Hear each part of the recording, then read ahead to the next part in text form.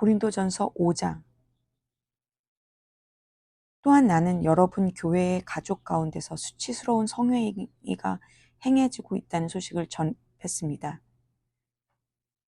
여러분 남자들 가운데서 한 사람이 자기 계모와 잠자리를 같이 하고 있다는 것입니다.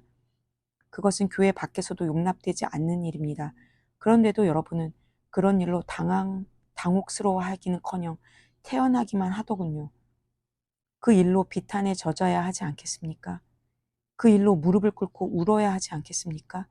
그런 일을 저지른 자와 그 소행에 맞서 어떤 조치를 취해야 하지 않겠습니까? 나라면 어떻게 할지 여러분에게 알려드리지요. 내 몸은 그곳에 있지 않지만 내가 여러분과 함께 그곳에 있다고 여기십시오. 무슨 일이 벌어지고 있는지 내 눈에 훤히 보이기 때문입니다. 분명히 말하건대 그런 행위는 잘못되었습니다. 그저 외면한 채 그런 행위가 저절로 없어지기를 바라지 마십시오. 우리 주 예수의 권위로 그 문제를 공개적으로 처리하십시오. 공동체의 교우들을 모으십시오. 나는 영어로 여러분과 함께하고 우리 주 예수께서는 권능으로 임하실 것입니다. 그 사람의 행위를 공개적으로 조사하십시오. 그에게 자기 행위를 변호하게 하십시오. 그러나 변호하지 못하거든 그를 쫓아내십시오.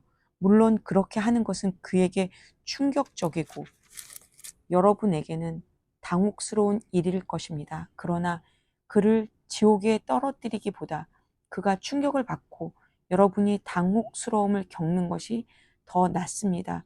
여러분은 그가 다시 일어서서 심판 날에 주님 앞에서 용서받기를 원할 것입니다. 여러분이 그런 일을 겪으면서 보인 경망스럽고 무감각한 교만이 나를 괴롭게 합니다. 여러분은 작은 것으로 여기지만 그 교만은 작은 것이 아닙니다. 누룩은 작은 것이지만 빵 반죽 전체를 아주 빨리 부풀어 오르게 합니다. 그러니 그 누룩을 제거하십시오. 우리의 참된 정체성은 한결같고 순수해야 하지 나쁜 성분 때문에 부풀러져서는 안 됩니다. 우리의 유월절 어린 양이신 메시아께서 이미 유월절 식사를 위해 희생되셨으므로 우리는 누룩을 넣지 않은 유월절 빵이 되었습니다. 그러니 우리는 악독이라는 누룩을 넣어 부풀어 오른 빵이 아니라 누룩을 넣지 않은 납작한 빵, 곧 단순하고 참되고 꾸밈 없는 빵으로 유월절에 참여해야 합니다. 나는 전에 보낸 편지에서 성관계가 문란한 사람들과 어울리지 말라고 했습니다. 내 말은 그 같은 짓을 하는 교회 밖의 사람들, 곧 육체 노동을 하거나 시무지게 종사하면서 사기를 치는 사람이나 영적인 사기꾼들과 전혀 상종하지 말라는 뜻이 아니었습니다. 그렇게 하려면 아예 이 세상을 떠나야 할 테니까요.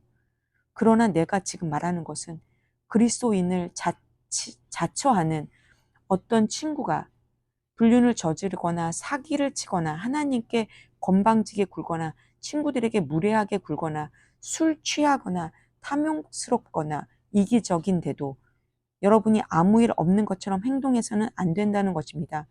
여러분은 그런 사람과 어울려서도 안 되고 그런 행위를 용납해서도 안 됩니다. 나는 세상 사람들이 행하는 일에 대해서는 책임을 질 것이 없습니다. 그러나 믿는 사람들의 공동체 안에서 이루어진 일에 대해서는 책임을 져야 하지 않겠습니까? 교회 밖에 있는 사람들에게 판결을 내리는 것은 하나님의 몫입니다. 그러나 우리의 형제 자매가 가던 길에서 벗어날 때 필요하다면 그들을 내쫓아 교회를 깨끗게 하는 것이 우리의 몫입니다. 아멘. 고린도전서 6장. 그리고 여러분이 서로를 세상 법적으로 끌고 간다고 하는데 어떻게 그럴 수 있습니까?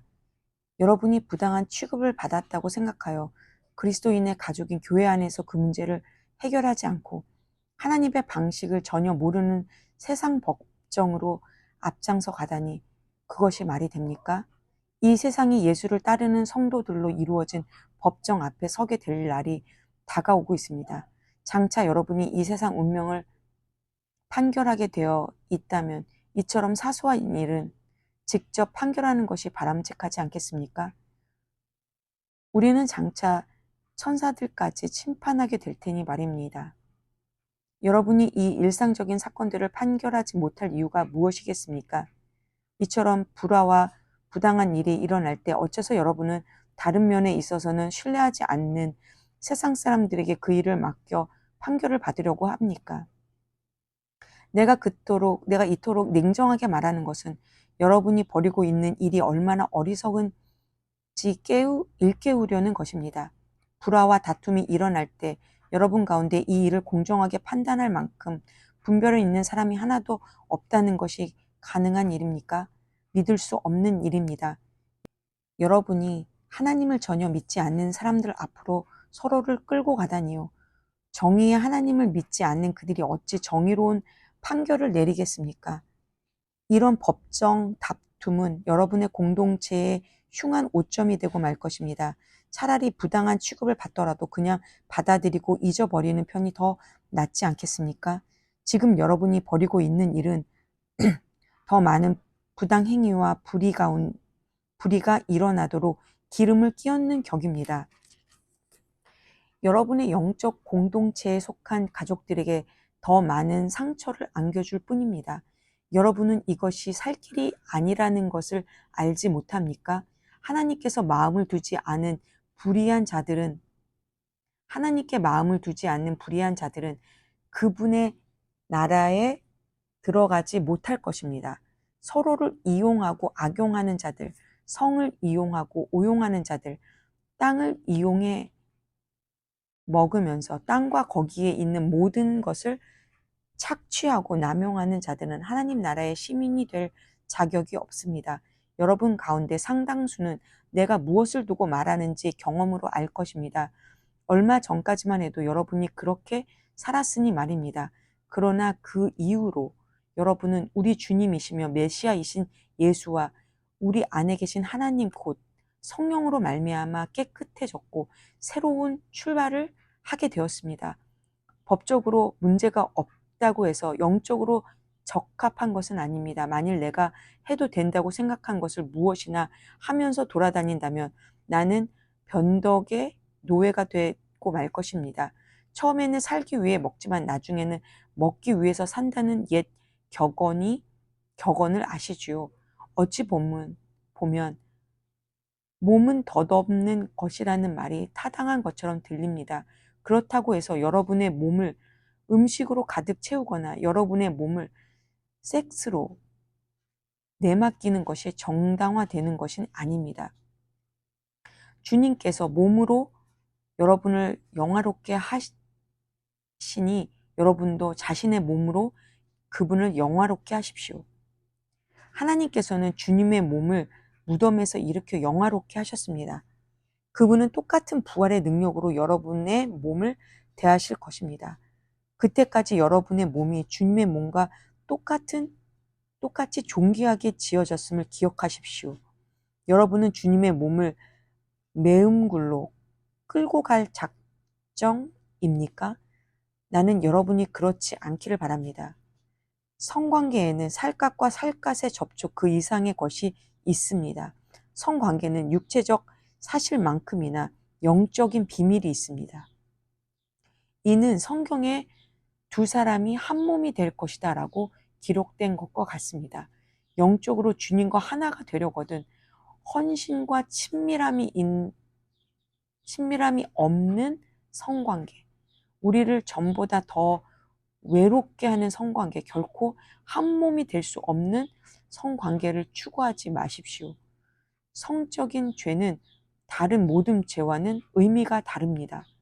성적인 죄는 우리의 몸의 거룩함을 더럽히는 죄입니다. 우리 몸은 하나님께서 의도하신 사랑을 위해 다른 사람과 한 몸이 되도록 지어졌습니다. 여러분은 여러분의 몸이 성령께서 거하시는 거룩한 곳임을 알지 못합니까? 여러분은 하나님께서 엄청난 대가를 치르고 사신 여러분의 몸을 함부로 굴리면서 제멋대로 살아서는 안 된다는 것을 모릅니까? 여러분의 몸은 여러분의 영적인 분내에 속해 있는 소유물이 아닙니다. 이 모든 것의 주인은 하나님이십니다. 그러니 여러분의 몸 안에서 여러분의 몸을 통해 사람들이 하나님을 볼 수 있게 하십시오. 아멘.